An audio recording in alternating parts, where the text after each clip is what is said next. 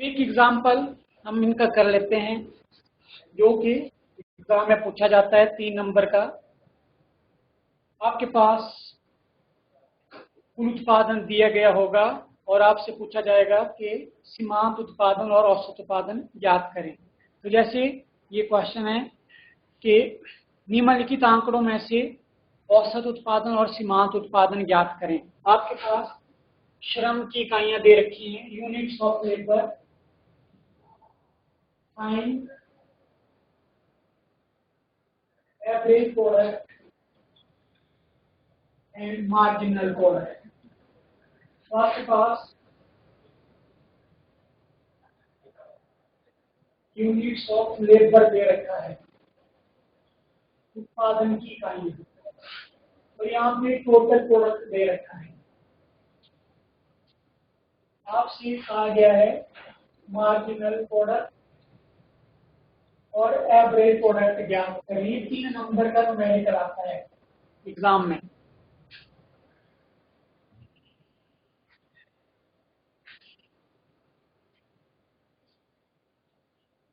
One, two, three, 4, 5, 6, 7, 8। ये श्रम की इकाइयां दे रखी हैं 8। टोटल प्रोडक्ट है पहली इकाई का 60, दूसरी का 110, 150, 180, 200, 210, 210 एंड 200। तो आपने सीमांत उत्पादन ज्ञात करना है और औसत उत्पादन ज्ञात करना है। तो फॉर्मूला वही है, मैंने आपको बताया था, marginal product of n units is equal to total product of n units minus total product of n minus 1 units.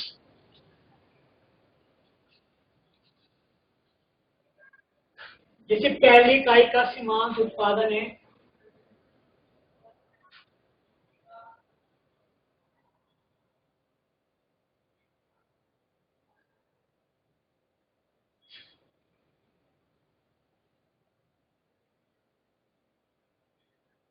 यहाँ पे हम इसके फॉर्मूला पूरा यूज कर लेते हैं। Marginal product is equal to total product of n units minus total product of n minus 1 units, और यहाँ पे एवरेज प्रोडक्ट। तो ये इस तरह से दिया गया होगा, ये ब्लैंक होते हैं सारे, ये भी ब्लैंक होगा।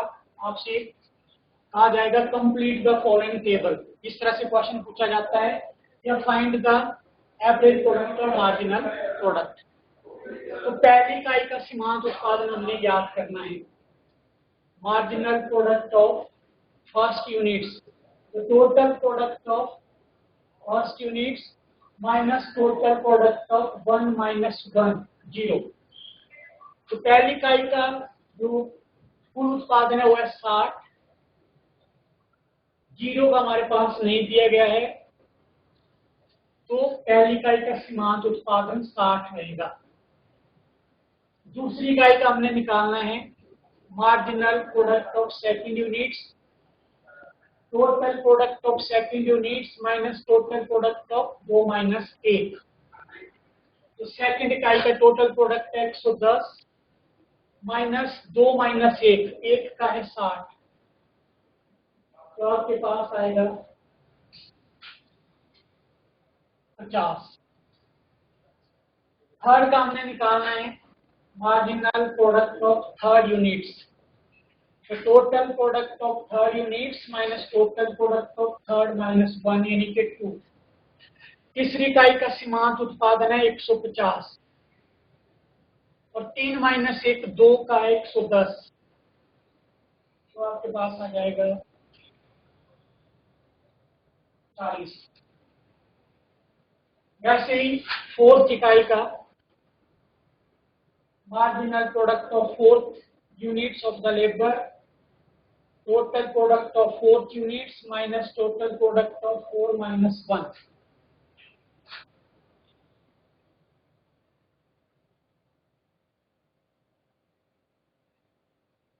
तो चौथी इकाई का सीमांत उत्पादन है, सॉरी टोटल प्रोडक्ट है 180 माइनस 4 माइनस 1, तीसरी इकाई का है 150, तो 30 आ जाएगा। वैसे ही marginal product of 5 units, total product of 5 units minus total product of 5 minus 1, पांचवी इकाई का सीमांत उत्पादन है 200, टोटल उत्पादन है 200 माइनस 5 1 4, चौथी इकाई का कुल उत्पादन है 180। तो आपके पास पांचवी इकाई का सीमांत उत्पादन आएगा 20। यहाँ पे हम पूरा फॉर्मूला यूज कर रहे हैं, नेक्स्ट में पूरा फॉर्मूला यूज नहीं करेंगे, आपको ऐसे ही पता लग जाएगा। 6th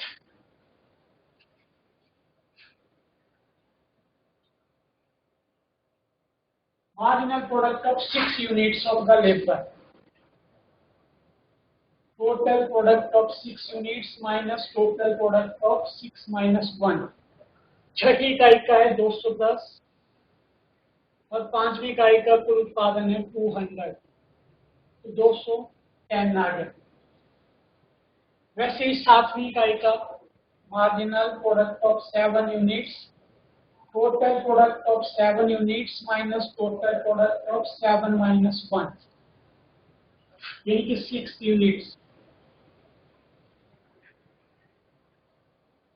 सातवीं इकाई का कुल उत्पादन है 210, छठी इकाई का भी है 210, तो 0 हो गया।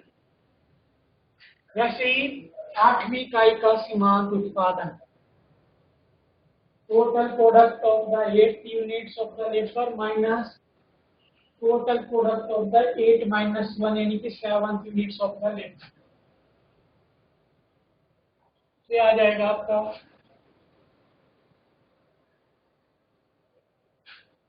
आठवीं इकाई का कुल उत्पादन है 200 माइनस सातवीं इकाई का है 210, तो बराबर है -10।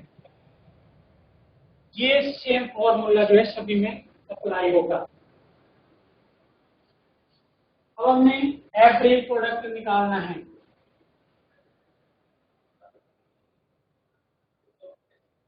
एवरेज प्रोडक्ट का फॉर्मूला है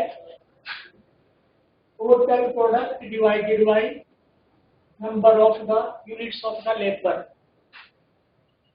तो टोटल प्रोडक्ट है 60, नंबर ऑफ यूनिट्स है 1, पहले श्रमिक का औसत उत्पादन कितना होगा 60 डिवाइडेड बाय 1 बराबर है 60।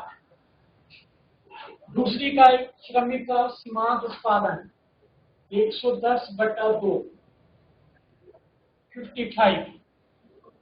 तीसरे श्रमिक का एवरेज प्रोडक्ट 150 बटा 3 50। चौथे श्रमिक का 180 बटा 4 45। पांचवें श्रमिक का 200 डिवाइडेड बाई 5 40। छठे श्रमिक का 210 डिवाइडेड बाई 6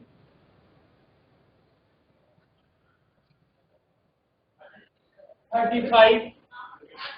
सातवें श्रमिक का 210 बटा 7 30 और आठवीं श्रमिक का 200 बटा 8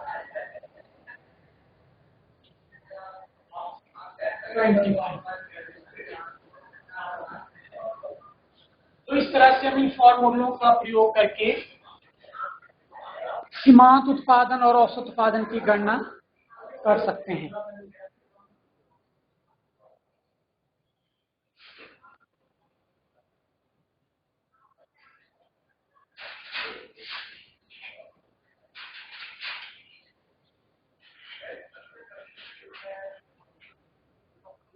नेक्स्ट क्वेश्चन में आपको बता रहा था कि आपको जो न्यूमेरिकल आता है कि कंप्लीट द फॉलोइंग टेबल, जैसे कि इस तालिका को पूरा करें। 3 नंबर का क्वेश्चन आता है जैसे आपके पास यूनिट्स ऑफ लेबर दिया गया है,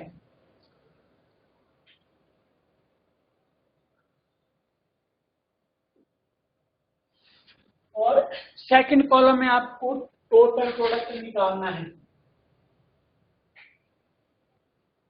थर्ड कॉलम में आपने एवरेज प्रोडक्ट निकालना है, और आपके पास सीमांत उत्पादन दिया गया है।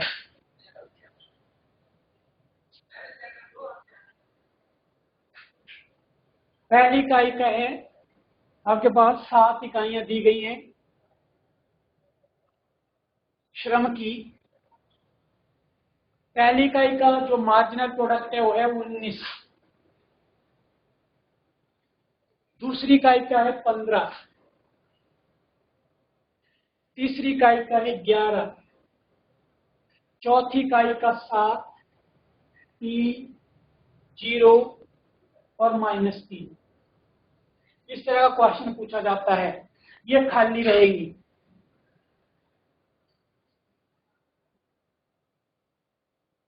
आपसे पूछा जाएगा कंप्लीट द फॉलोइंग टेबल। यहाँ पे मार्जिनल प्रोडक्ट दिया गया है, कई बार आपको टोटल प्रोडक्ट दिया गया होता है, एवरेज प्रोडक्ट, मार्जिनल प्रोडक्ट पूछा गया होता है।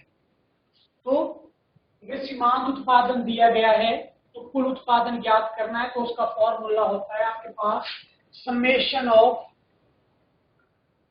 Total product is equal to summation of marginal product. जब आप सीमांत उत्पादन को जोड़ते चले जाएंगे तो कुल उत्पादन आपके पास आता जाएगा। तो आपने ये फॉर्मूला याद रखना है। अगर आपके पास मार्जिनल प्रोडक्ट दिया गया है, टोटल प्रोडक्ट और एवरेज प्रोडक्ट आपने ज्ञात करना है, तो टोटल प्रोडक्ट को ज्ञात करने का formula summation of marginal product.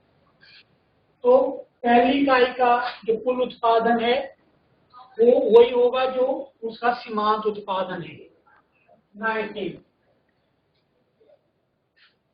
दूसरी इकाई का, इसमें हम नेक्स्ट सीमांत उत्पादन को जोड़ देंगे, तो 19 में हम 15 जोड़ देंगे। सेकंड इकाई का टोटल प्रोडक्ट आएगा 34। नेक्स्ट जोड़ते जाएंगे हम नीचे को, summation of marginal product. Third इकाई का 34 में हम 11 जोड़ देंगे। फोर्थ इकाई का 45 में हम 7 जोड़ देंगे।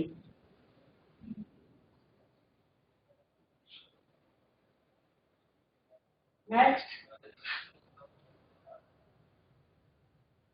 55, 52 में 3 जोड़ देंगे, 55 में 0 जोड़ देंगे, 55 में 0 जोड़ेंगे तो 55 माइनस आगे 3 है, तो ये इसमें से माइनस हो जाएगा। 55 में से माइनस हुआ 3 तो 52, तो आपका टोटल प्रोडक्ट आ जाएगा। इस तरह से हम इस तालिका को कंप्लीट करते हैं। ये 3 नंबर का क्वेश्चन होता है। अब आप एवरेज प्रोडक्ट जो है वो इजीली कैलकुलेट कर सकते हैं। एवरेज प्रोडक्ट का फॉर्मूला है total product divided by number of labourers. तो 1 से 19 को भाग करेंगे तो 19 ही आएगा, 2 से 17 को करेंगे, 34 को करेंगे तो 17 आएगा, 3 से 45 को करेंगे तो 15 आएगा, 4 से 52 13 आएगा, 5 से 55 11 आएगा, 6 से 55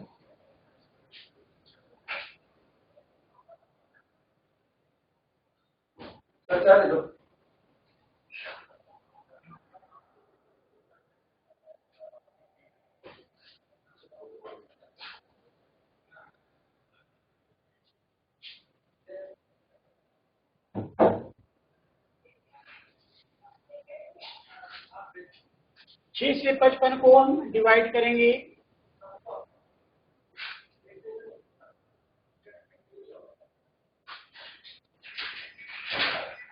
9 से 54 9 पॉइंट,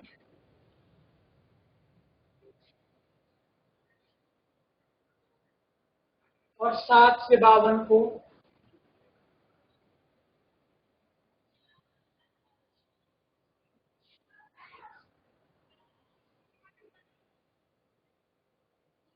7 7 49, 3 30, 7 4 28।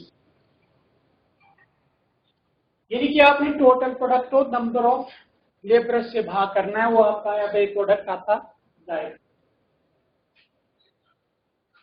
और मार्जिनल प्रोडक्ट आपको पहले से दिया गया है।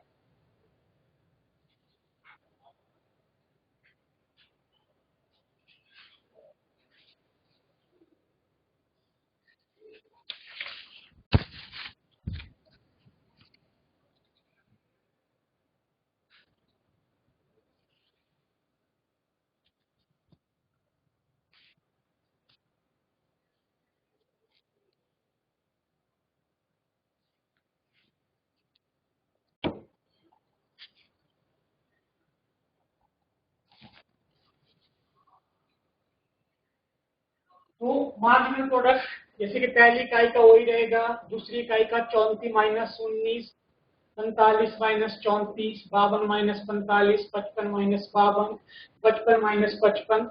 वो इस तरह से हम इस तालिका को कंप्लीट कर सकते हैं। तो यहाँ से काफी क्वेश्चन जो है आपके पूछे जाते हैं। एक तो ये न्यूमेरिकल हो जाता है, इसको पूछा जाता है, या कुल उत्पादन किसे कहते हैं, एक नंबर का क्वेश्चन सीमांत उत्पादन किसे कहते हैं, एक नंबर का औसत उत्पादन किसे कहते हैं, एक नंबर का, या कई बार 3 नंबर का क्वेश्चन पूछा जाता है कि कुल उत्पादन की धारणा को तालिका के साथ स्पष्ट करें, या सीमांत उत्पादन की धारणा को तालिका के साथ स्पष्ट करें। तो आपको फिर ये टेबल बना करके एक्सप्लेन करना पड़ेगा। नेक्स्ट है आपका साधन के प्रतिफल तथा पैमाने के प्रतिफल।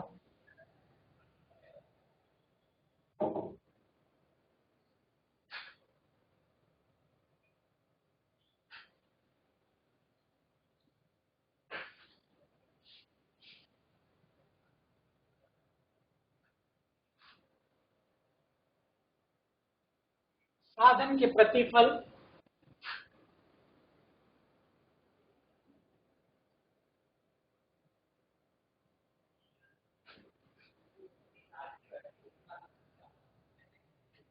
तथा पैमाने के प्रतिफल।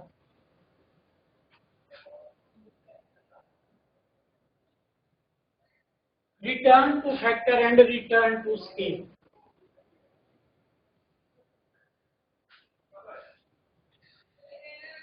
जैसे मैंने आपको बताया कि यदि एक उत्पादक या एक फर्म उत्पादन की मात्रा में परिवर्तन करना चाहता है, अपने फर्म के उत्पादन को बढ़ाना चाहता है, तो वह ये परिवर्तन जो है एक या एक से अधिक उत्पादन की साधनों की मात्रा में परिवर्तन करके प्राप्त कर सकता है। मतलब उसको अपने उत्पादन के साधनों की मात्रा को बढ़ाना पड़ेगा। यदि उत्पादक उत्पादन में परिवर्तन अन्य साधनों को स्थिर मानकर केवल एक ही साधन में वृद्धि या कमी करके करता है, और इसके फलस्वरूप जो उत्पादन के साधनों के मिश्रण में जो परिवर्तन होता है, तो उसे हम या उस संबंध को हम साधन के प्रतिफल कहते हैं।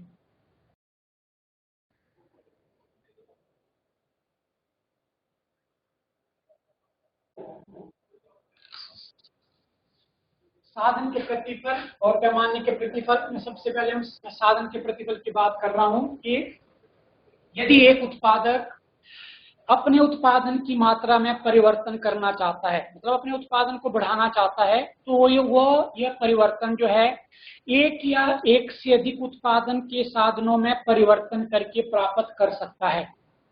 यदि वो उत्पादक या फर्म उत्पादन में परिवर्तन अन्य साधनों को स्थिर रखकर केवल एक ही साधन को बढ़ा करके उत्पादन में परिवर्तन करता है, तो उसके साधनों के अनुपात के मिश्रण में परिवर्तन होता है, जिसे हम घटते बढ़ते अनुपात या साधन के प्रतिफल कहते हैं। घटते बढ़ते अनुपात का नियम या साधन के प्रतिफल कहते हैं। जो मैंने आपको शुरू में बताया कि साधन की जो उत्पादन फलन है दो प्रकार का होता है, एक आपका समान अनुपात उत्पादन फलन होता है और एक आपका परिवर्तनशील अनुपात उत्पादन फलन होता है। तो ये है परिवर्तनशील अनुपात उत्पादन फलन। साधन के प्रतिफल में जो होता है हम परिवर्तनशील अनुपात उत्पादन फलन का प्रयोग करते हैं, क्योंकि इसमें कुछ साधन स्थिर होते हैं और एक साधन में परिवर्तन करके ही उत्पादन की मात्रा को बढ़ाया जाता है। तो इसे साधन के प्रतिफल या घटते बढ़ते अनुपात का नियम कहते हैं। दूसरा कि यदि वो फर्म या उत्पादक सभी साधनों में परिवर्तन करके उत्पादन की मात्रा में परिवर्तन करता है तो उत्पादन के साधनों के मिश्रण में समान अनुपात में परिवर्तन होता है, जिसको हम क्या बोलते हैं, पैमाने के प्रतिफल, जिसमें समान अनुपात, जो शुरू में हमने कहा समान आनुपातिक उत्पादन फलन जो है वो लागू होता है। तो उत्पादन के दो नियम हुए, एक साधन के प्रतिफल और दूसरा आपका पैमाने के प्रतिफल। लेकिन परिभाषा क्या है वो मैंने आपको बता दी। साधन के प्रतिफल किसे कहते हैं, पैमाने के प्रतिफल किसे कहते हैं। तो साधन के जो प्रतिफल, इसे हम इस टेबल के द्वारा दर्शा सकते हैं।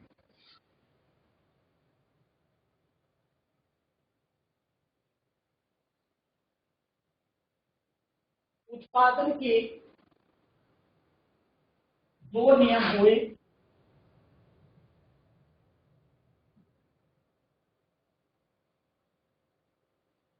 एक साधन के प्रतिफल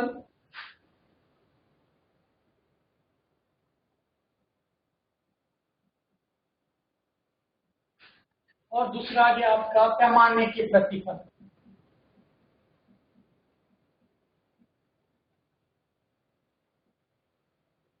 साधन के प्रतिफल में जैसे मैंने आपको बताया कि यदि एक उत्पादक अपने उत्पादन की मात्रा में परिवर्तन जो है वो कुछ साधनों को स्थिर रख करके केवल एक ही साधन को बढ़ा करके करता है तो उसे घटते बढ़ते अनुपात का नियम या साधन के प्रतिफल कहा जाता है। लेकिन यदि वो फर्म या उत्पादक अपने उत्पादन में वृद्धि सभी साधनों में परिवर्तन करके अपने उत्पादन की मात्रा को बढ़ाता है तो उसको हम पैमाने के प्रतिफल कहते हैं। तो साधन के प्रतिफल में क्या होगा, एक साधन परिवर्तनशील होगा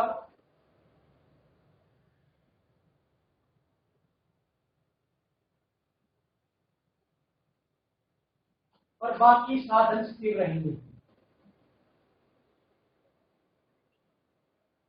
पैमाने के प्रतिफल में क्या होगा, सभी परिवर्तनशील साधन होंगे क्योंकि सभी साधनों को बढ़ाया जाता है।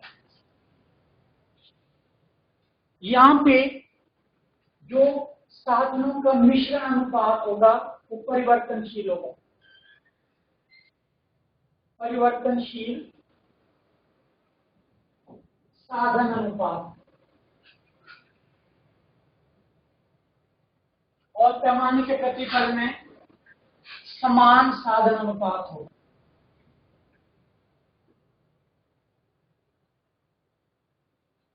साधन के प्रतिफल अल्पकाल में लागू होते हैं,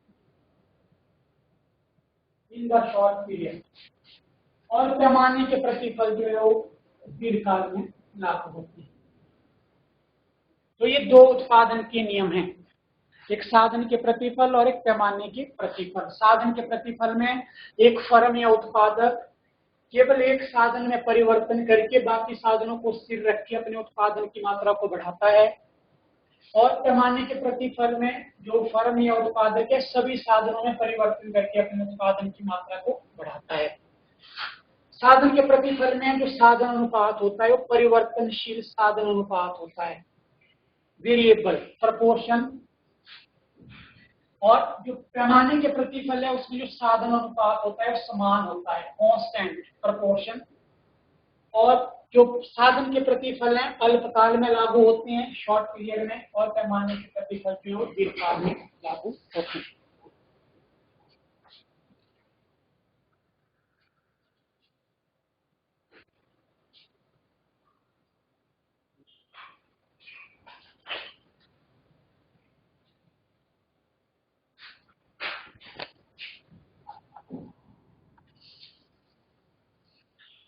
सबसे पहले हम साधन के प्रतिफल के नियम के बारे में अध्ययन करेंगे। आपने याद रखना है, कई बार क्वेश्चन पूछा जाता है उत्पादन के नियम। उत्पादन के नियम दो प्रकार के हैं, एक आपके साधन के प्रतिफल और दूसरा पैमाने के प्रतिफल। कई बार क्वेश्चन पूछा जाता है कि परिवर्तनशील साधन अनुपात जो है किसमें पाया जाता है, तो आप लिखेंगे साधन के प्रतिफल में, और समान साधन अनुपात किसमें पाया जाता है, पैमाने के प्रतिफल में। कई बार क्वेश्चन पूछा जाता है अल्पकाल में उत्पादन के कौन से नियम लागू होते हैं, तो आप लिखेंगे अल्पकाल में उत्पादन के जो नियम है वो साधन के प्रतिफल के नियम लागू होते हैं, और दीर्घकाल में पैमाने के प्रतिफल के नियम लागू होते हैं। तो सबसे पहले साधन के प्रतिफल के नियम।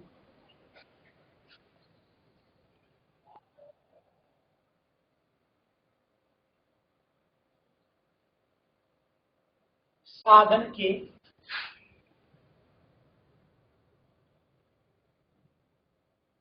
प्रतिफल, रिटर्न टू फैक्टर।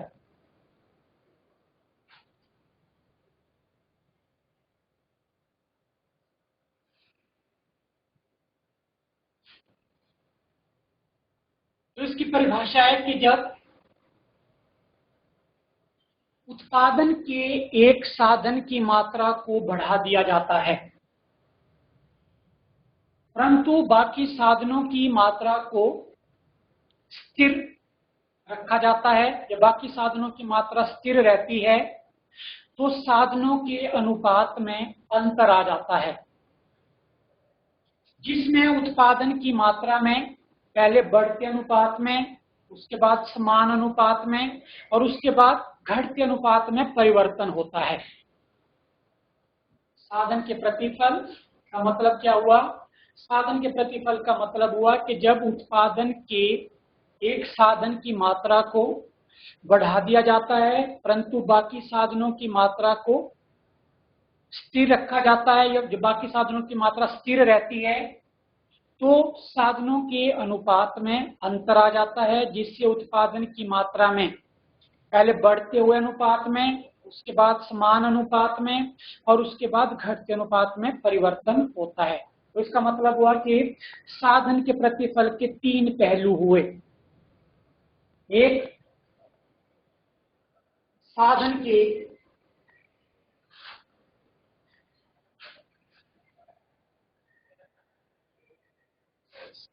नंबर एक, साधन के बढ़ते प्रतिफल,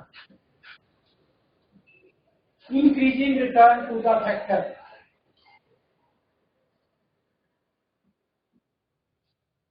नंबर दो,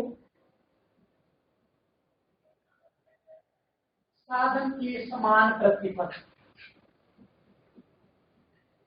constant return to the factor. और नंबर तीन, साधन के घटते प्रतिफल, decreasing return to the factor. सबसे पहले साधन के बढ़ते प्रतिफल।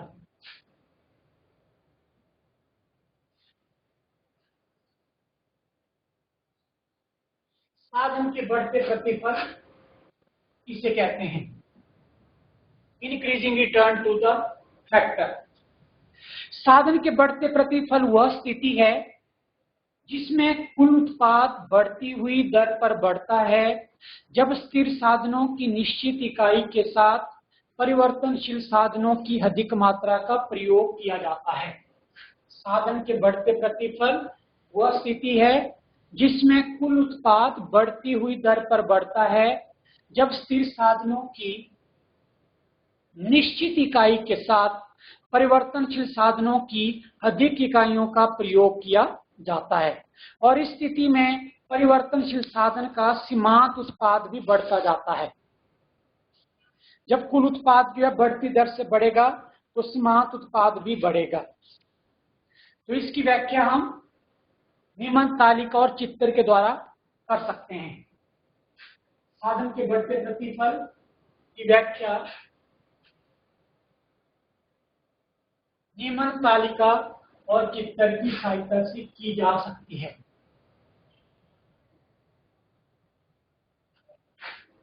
तारीख आ गई आपकी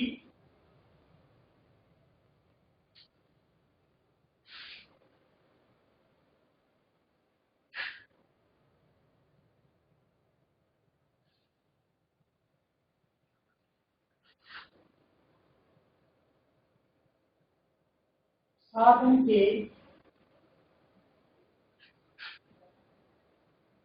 बढ़ते प्रतिफल।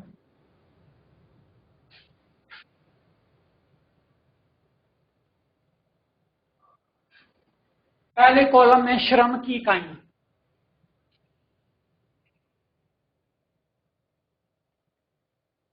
Units of labour.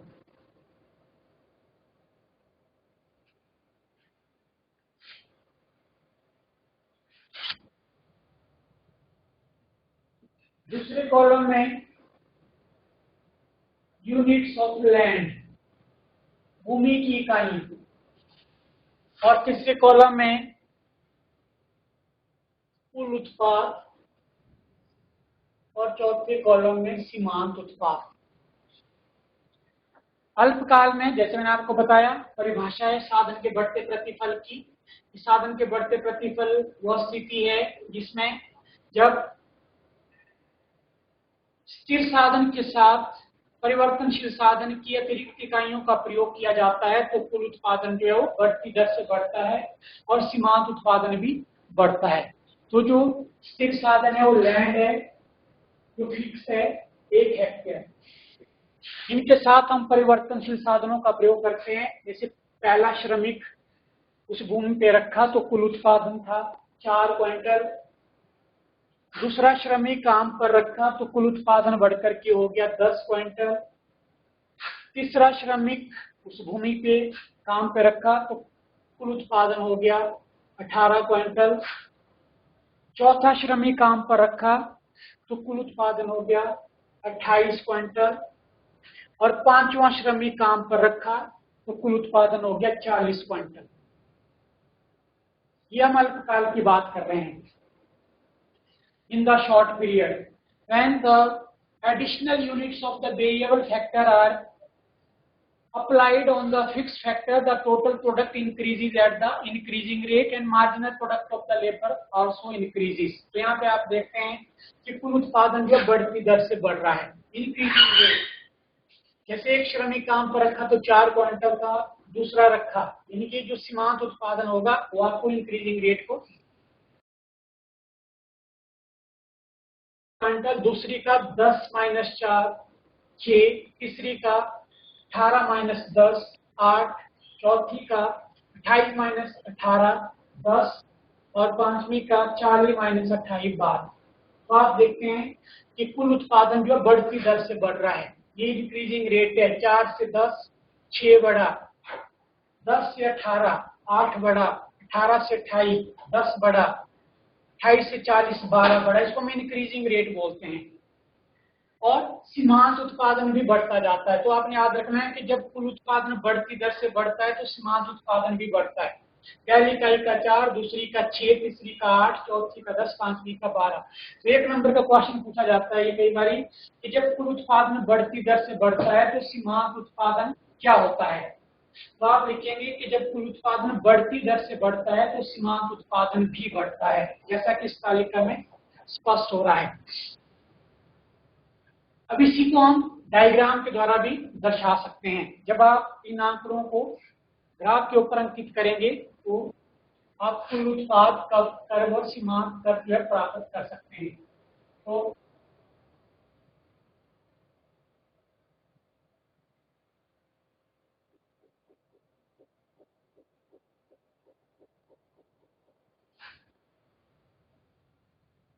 कुल उत्पाद तथा सीमांत उत्पाद की धारणा को चित्र के द्वारा भी दर्शाया जा सकता है। यह आपका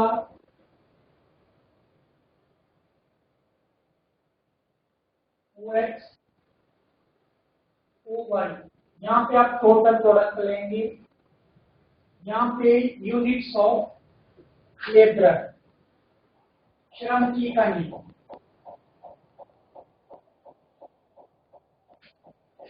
श्रम की इकाइयां हैं 1 2 3 4 5।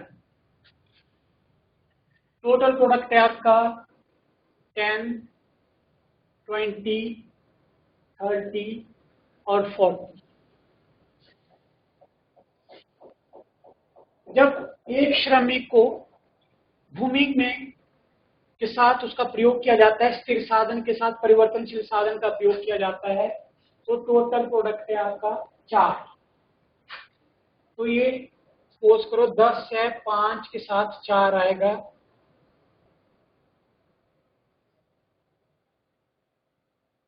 2 इकाइयों का प्रयोग किया जाता है तो 10, तो 10 के सामने 2 के ऊपर 3 इकाइयों का प्रयोग किया जाता है तो 18, 20 से आप 2 पॉइंट नीचे 18, 4 इकाइयों का प्रयोग किया जाता है तो 28, 5 इकाइयों का प्रयोग किया जाता है तो 40। तो ये आपका टोटल प्रोडक्ट कर्व है,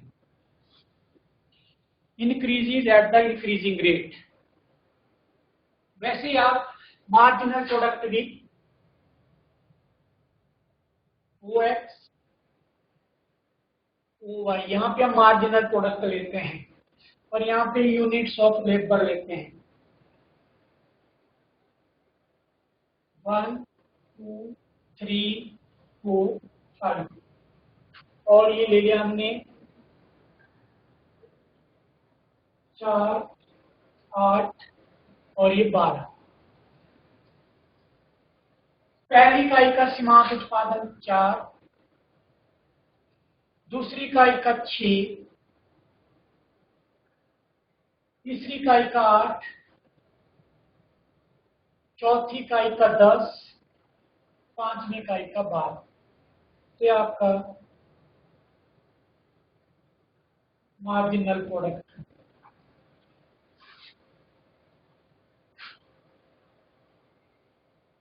तो इसे हम साधन के बढ़ते प्रतिफल कहते हैं।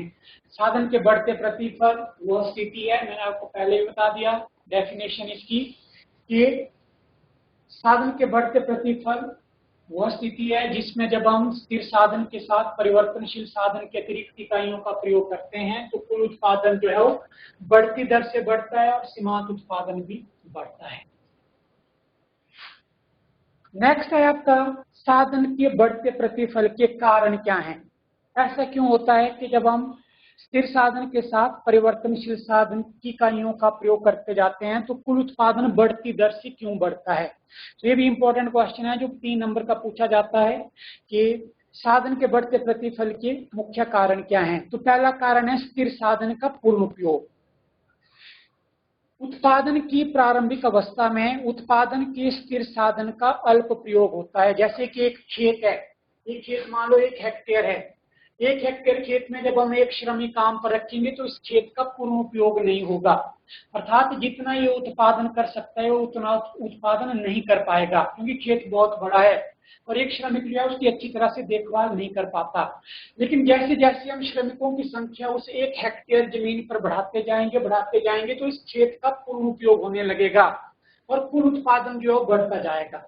तो पहला कारण है कि प्रारंभिक स्थिति में, इनिशियल स्टेज में जब हम स्थिर साधन के साथ परिवर्तनशील साधन का प्रयोग करते हैं तो स्थिर साधन का अल्प प्रयोग होता है, पूर्ण उपयोग नहीं होता।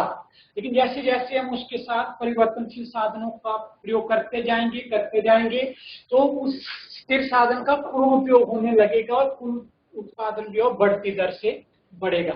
तो ये पहला कारण है।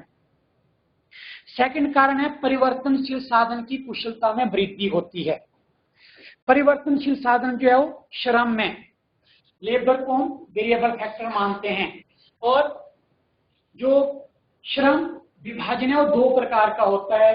एक होता है आपका उत्पाद आधारित प्रोडक्ट बेस्ड और एक होता है आपका प्रक्रिया आधारित प्रोसेस बेस्ड।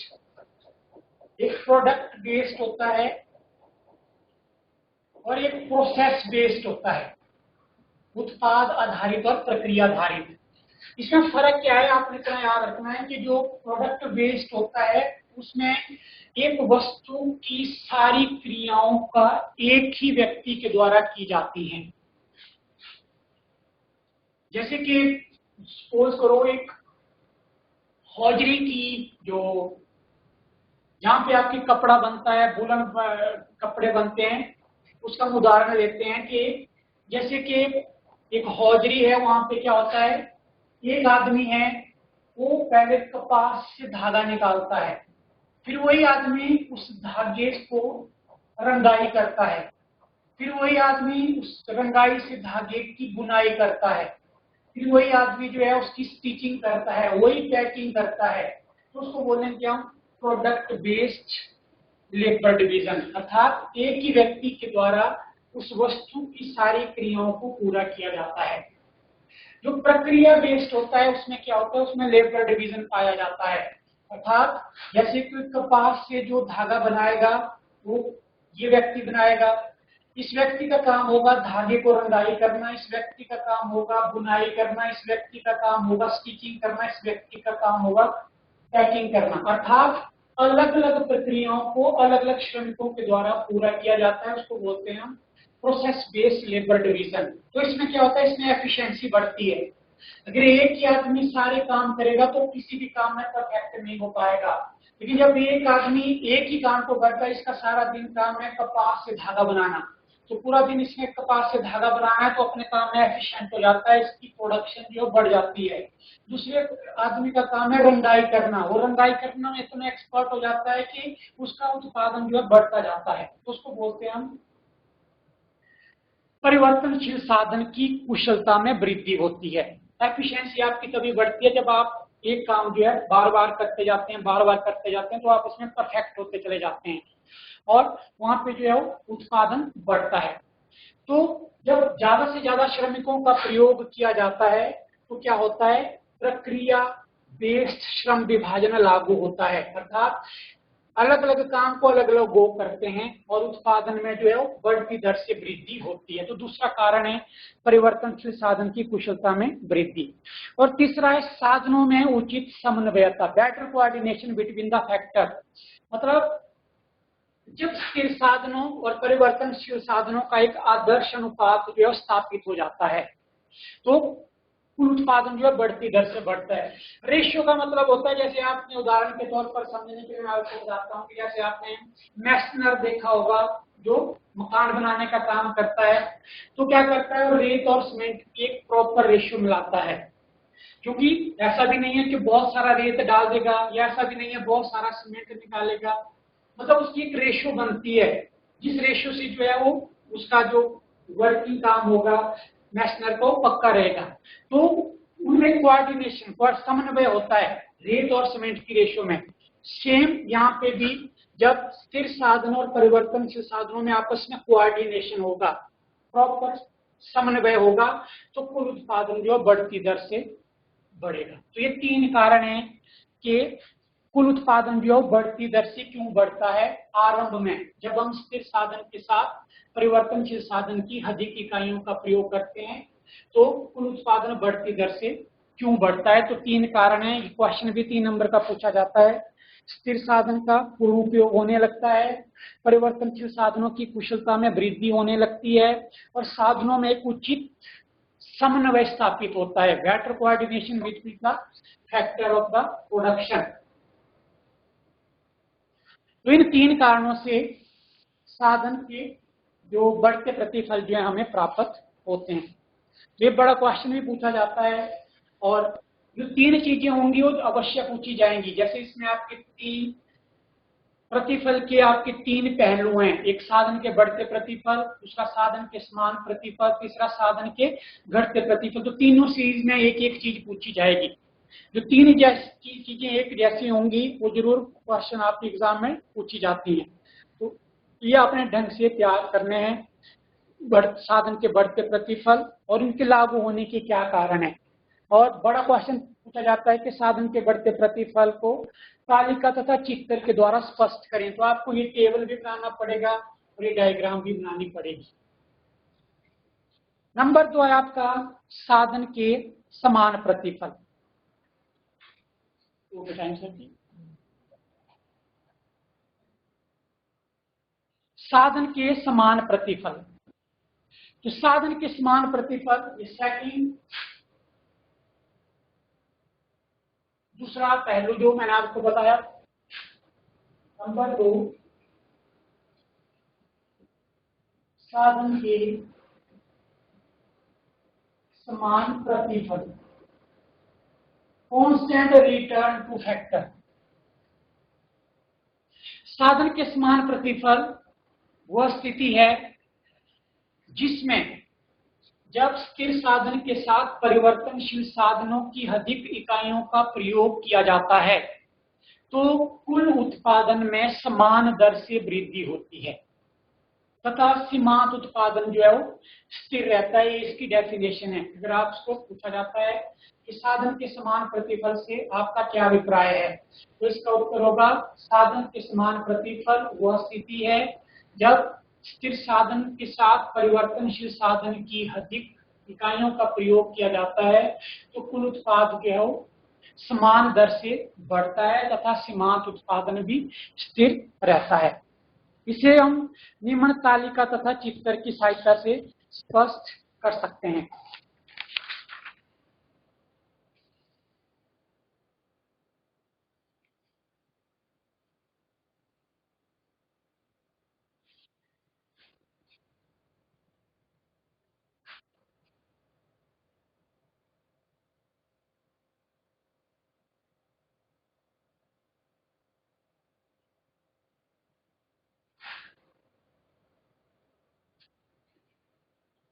साधन के समान प्रतिफल, तो पहले कॉलम में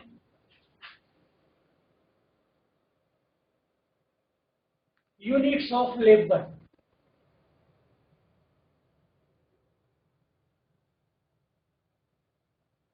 सेकंड कॉलम में units of land,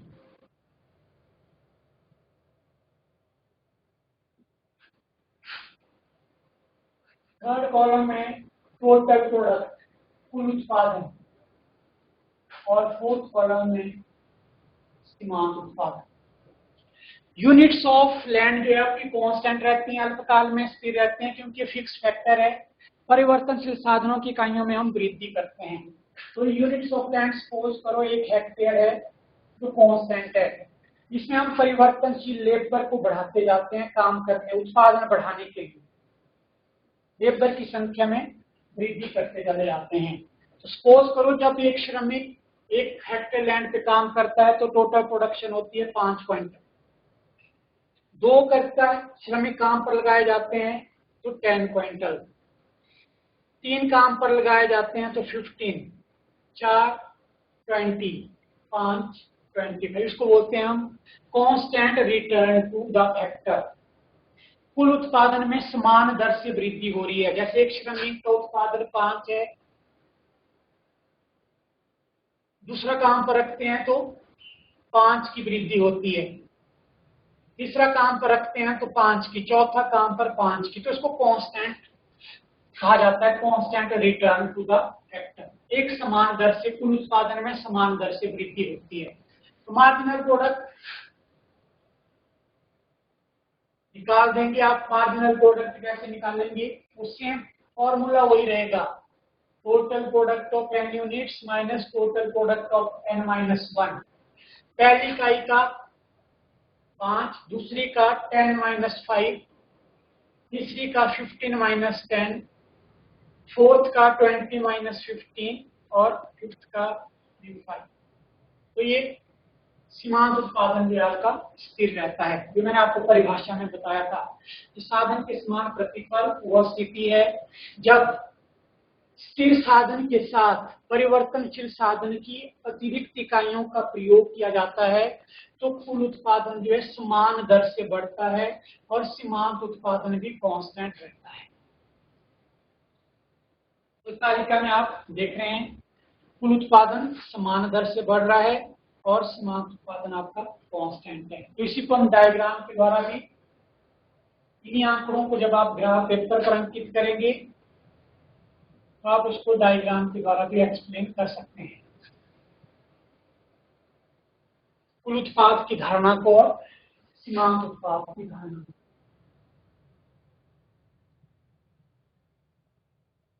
OX OY, यहाँ पे हम टोटल प्रोडक्ट लेते हैं और यहाँ पे यूनिट्स ऑफ लेबर, श्रम की इकाइयां लेते हैं। श्रम की इकाइयां थी आपकी 1 2 3 4 5 एंड टोटल प्रोडक्ट था आपका 5 10 15 20 25। पहली इकाई का सीमांत उत्पादन 5, दूसरी का 10, तीसरी का 15, फोर्थ का 20 और 25। तो this is a total product का।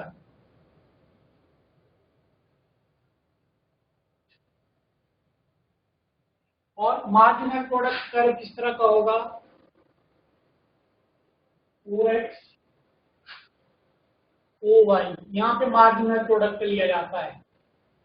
यहाँ पे यूनिट्स ऑफ लेबर, ये जरूर लिखना होता है डायग्राम के ऊपर, अदरवाइज आपकी डायग्राम गलत होगी।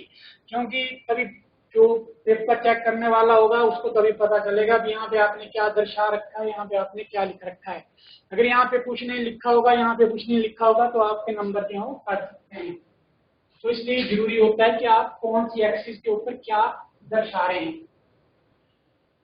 यूनिट्स ऑफ लेबर 1 2 3 4 5 और मार्जिनल प्रोडक्ट आपका 5 10।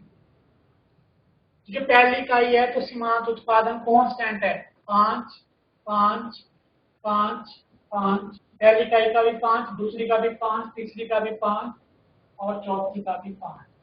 तो साधन के समान प्रतिफल में जो आपका सीमांत उत्पाद वक्र होता है, this is parallel to the OX axis, OX के समानांतर होता है।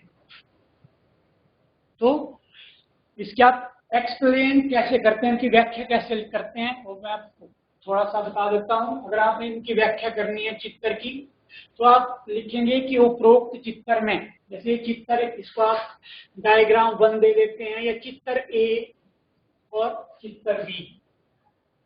तो इसकी जो व्याख्या लिखी जाती है कि चित्र A में PP जो है वो आप लिखेंगे कि चित्र A में OX अक्ष पर श्रम की इकाइयां, OY अक्ष पर कुल उत्पादन को दर्शाया गया है। PP जो है कुल उत्पादन वक्र है जो ऊपर की ओर उठ रहा है। इससे स्पष्ट होता है कि कुल उत्पादन जो है वो समान दर से बढ़ रहा है, क्योंकि 45 डिग्री का एंगल बना रहा है। 45 डिग्री के एंगल का मतलब हुआ इक्वल चेंज हो रहा है, इक्वल रेट। जितना यहाँ पे 45 डिग्री यहाँ को है तो 45 यहाँ को भी है, जितना यहाँ को है उतना यहाँ को है, जितना यहाँ को है उतना यहाँ को है, जितना यहाँ को है उतना यहाँ को है। इसको बोलते हैं हम समान दर से वृद्धि होना। और चित्र बी में MP जो है वो सीमांत उत्पादन वक्र है। इसमें भी आप लिख सकते हैं कि OX के ऊपर श्रमिकों की इकाइयां, OY के ऊपर सीमांत उत्पादन प्रकट किया गया है। MP सीमांत उत्पादन वक्र है जो OX के समानांतर होता है। OX के समानांतर का मतलब हुआ कि ये सभी इकाइयों का सीमांत उत्पादन जो है स्थिर रहता है या समान रहता है। अब इसके कारण क्या हैं? ऐसा क्यों होता है कि जब हम स्थिर साधन के साथ परिवर्तनशील साधनों की इकाइयों का प्रयोग करते चले जाते हैं, तो एक सीमा के बाद जो कुल उत्पाद है वो समान दर से क्यों बढ़ना आरंभ करता है? तो इसके भी 3 मुख्य कारण हैं साधन के समान प्रतिफल के कारण।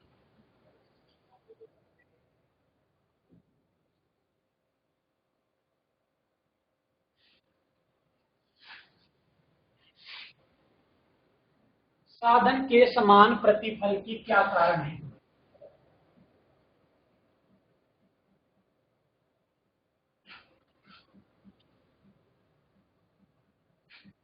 जैसे आपने साधन के बढ़ते प्रतिफल के 3 कारण लिखे, वैसे ही साधन के समान प्रतिफल के भी 3 कारण हैं लागू होने के। पहला है नंबर 1, स्थिर साधन का अनुकूलतम उपयोग। स्थिर साधन का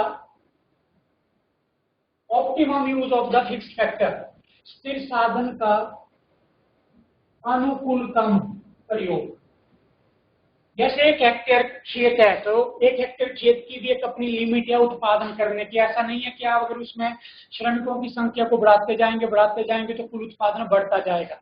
उस खेत की भी उत्पादन करने की जो प्रोडक्टिविटी होती है उसकी एक लिमिट होती है, उतना ही उत्पादन कर सकता है। तो क्या होता है कि जैसे जैसे अल्पकाल में हम स्थिर साधन के साथ परिवर्तनशील साधनों की मात्रा को बढ़ाते चले जाते हैं तो एक स्थिति ऐसी आ जाती है कि स्थिर साधन का अनुकूलतम प्रयोग होने लगता है। मतलब उसके बाद जो है वो अपना उत्पादन जो है वो नहीं बढ़ा सकता।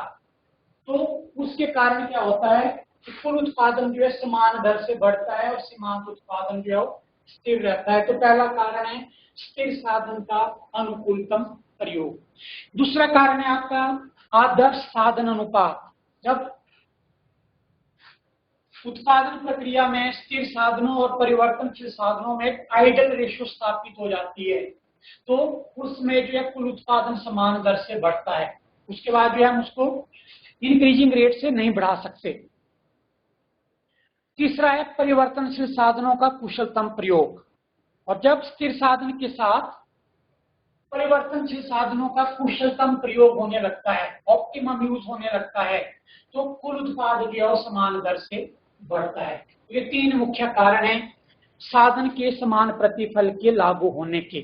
स्थिर साधन का अनुकूलतम प्रयोग, optimum use of the fixed factor, ideal factor ratio, आदर्श साधन अनुपात, and the optimum use of the variable factor, परिवर्तनशील साधन का कुशलतम प्रयोग। इन 3 कारणों से हमें जो रिटर्न टू फैक्टर है वो कांस्टेंट प्राप्त होते हैं, समान दर से प्राप्त होते हैं। थर्ड आया आपका साधन के घटते प्रतिफल। तीसरा पहलू साधन के घटते प्रतिफल, इसके डेफिनेशन, साधन के घटते प्रतिफल वह स्थिति है जब हम स्थिर साधनों के साथ परिवर्तनशील साधनों का प्रयोग करते चले जाते हैं तो एक स्थिति ऐसी आती है कि कुल उत्पादन जो है वो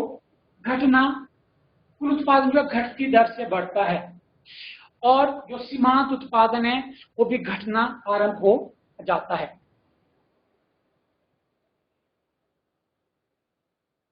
थर्ड, साधन के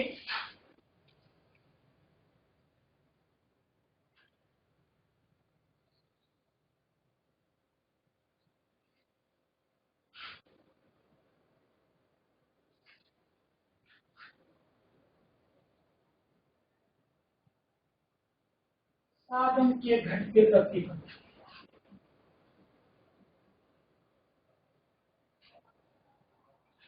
decreasing return to the factor.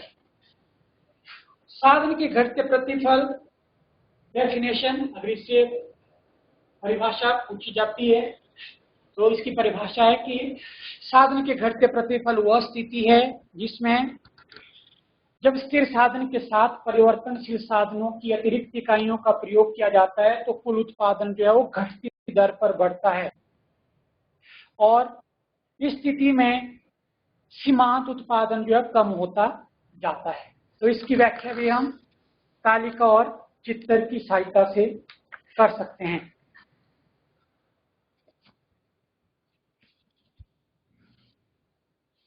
तो फर्स्ट कॉलम है वही आपका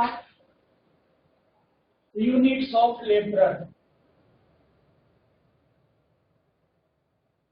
श्रम की इकाइयां। सेकंड कॉलम में यूनिट्स ऑफ लैंड, भूमि की इकाइयां। थर्ड कॉलम में टोटल प्रोडक्ट और फोर्थ कॉलम में marginal product. Units of land जो है in the short period units of land remain the constant 1 to 1 hectare ही रहेगा और परिवर्तनशील साधनों का अधिक प्रयोग करके हम कुल उत्पादन को बढ़ा सकते हैं। तो सपोज करो एक श्रमिक का 1 हेक्टेयर में प्रयोग किया जाता है तो टोटल प्रोडक्ट है 5 क्विंटल। 2 श्रमिक का प्रयोग किया जाता है तो टोटल प्रोडक्ट है 8 क्विंटल। 3 श्रमिक का प्रयोग किया जाता है, टोटल प्रोडक्ट है 10 क्विंटल। 4 श्रमिक का प्रयोग किया जाता है 11 क्विंटल। 5 श्रमिक का प्रयोग किया जाता है 11 क्विंटल और 6 श्रमिकों का प्रयोग किया जाता है तो 10 क्विंटल। ये डिक्रीजिंग रेट है, घटती दर से उत्पादन बढ़ रहा है। जैसे पहला श्रमिक 5 क्विंटल का उत्पादन करता है, जब दूसरे को काम पे रखते हैं तो केवल 3 क्विंटल ही करता है, टोटल 8 होता है। तीसरे को रखते हैं तो केवल 2 क्विंटल ही करता है। चौथे को रखते हैं तो 1 ही क्विंटल करता है, तो उसको हम डिक्रीजिंग रेट बोलते हैं। घटती दर से कुल उत्पादन में वृद्धि। सीमांत उत्पादन क्या होगा? Same formula, total product of n units minus total product of n minus 1 units. पहली इकाई का सीमांत उत्पादन 5 ही रहेगा, दूसरी का 8 माइनस 5, तीसरी का 10 माइनस 8, चौथी का 11 माइनस 10, पांचवी का 11 माइनस 11, छठी का 10 माइनस 11। सीमांत उत्पादन घटता जाता है, इवन 0 हो जाता है, नेगेटिव भी हो जाता है। तो इसको साधन के घटते प्रतिफल बोलते हैं कि जब स्थिर साधन के साथ परिवर्तनशील साधनों की इकाइयों का प्रयोग किया जाता है तो एक स्थिति ऐसी आ जाती है कि कुल उत्पादन जो है घटती दर से बढ़ता है और सीमांत उत्पादन भी घटता जाता है। तो तालिका की व्याख्या कैसे करते हैं वो भी आप वैसे लिखेंगे कि इस तालिका से, जैसे इसकी व्याख्या लिखनी है आपने, वैसे तो किताब में आपके दिया गया है कैसे इसको एक्सप्लेन किया जाता है। तो उपरोक्त तालिका में साधन के घटते प्रतिफल को दर्शाया गया है, जिससे ज्ञात होता है कि जैसे जैसे हम भूमि की इकाइयों के साथ या भूमि की स्थिर इकाइयों के साथ श्रम की इकाइयों को बढ़ाते चले जाते हैं तो कुल उत्पादन जो है वो घटती दर से बढ़ता जाता है। जैसे एक इकाई का कुल उत्पादन 5 है, 4 का 10 है, 2 का 8 है, जैसे मैंने आपको बताया, तो 3 क्विंटल की वृद्धि हुई, 2 क्विंटल की वृद्धि हुई, 1 क्विंटल की वृद्धि हुई, इसको हम डिक्रीजिंग रेट कहते हैं। और एक स्थिति ऐसी आ जाती है कि कुल सीमांत उत्पादन जो है आपका घटता चला जाता है, उसके बाद 0 हो जाता है और उसके बाद नेगेटिव भी हो जाता है साधन के घटते प्रतिफल की स्थिति में। तो इसी को डायग्राम के द्वारा भी आप दर्शा सकते हैं।